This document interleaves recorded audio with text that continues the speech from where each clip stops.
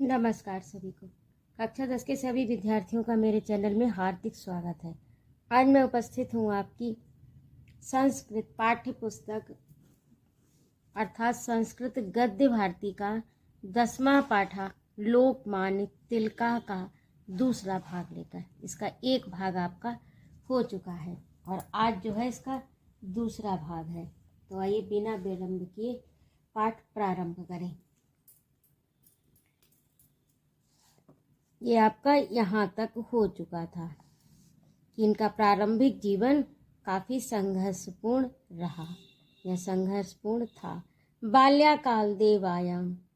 बाल्यकाला देवायम पठने कुशाग्र बुद्धि स्वकक्षान सर्वतो अग्रणीय आसीत।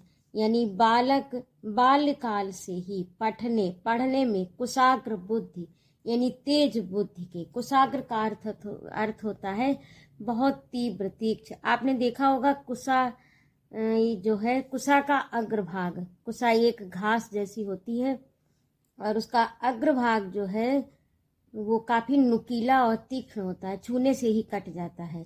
तो इसीलिए बुद्धि की तुलना कुशाग्रता से की गई, यानी तीक्ष्ण बुद्धि, कटीली बुद्धि, जो देखते ही चीजों को पकड़ ले, समझ ले। तो जो ऐसा बच्चा होता है उसे कुशाग्र बुद्धि कहते हैं। तो ये बचपन से कौन, यानी लोकमान्य तिलक, इनका पूरा नाम बाल गंगाधर राव तिलक था और इनको कहा जाता है लोकमान्य तिलक। आपके जो पाठ है उसमें लोकमान्य तिलका ही लिखा है, तो इसे इसी तरह से पढ़ेंगे, उसी का उच्चारण करेंगे। तो बाल्यकाल से ही पढ़ने में कुशाग्र बुद्धि स्वकक्षायां स्व माने अपनी कक्षा में सर्वतो सबसे अग्र आगे आसीत, सबसे आगे थे।